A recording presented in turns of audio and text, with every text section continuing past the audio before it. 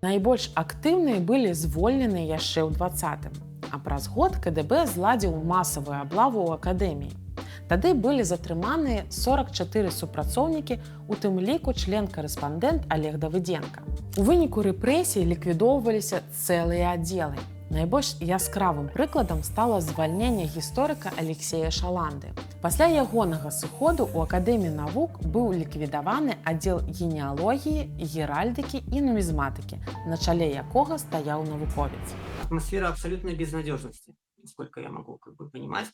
Абсолютная безнадежность. Кто-то еще работает, но уже, допустим, переучивается, учит язык или переучивается на тестировщика, хотя еще работает. Кто-то серьезно рассматривает вопросы иммиграции в Россию или в Китай.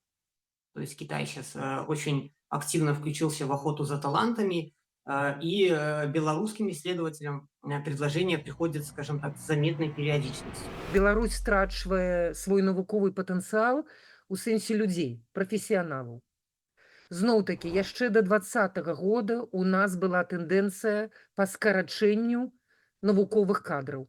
Пасля 20-го гэта негатыўная дынаміка толькі яшчэ больш пагоршылася праз рэпрэсіі, ну і праз тое, што шмат хто не стаў чакаць, пакуль там яго пачнуцца нейкія там візіты і гэтак далей.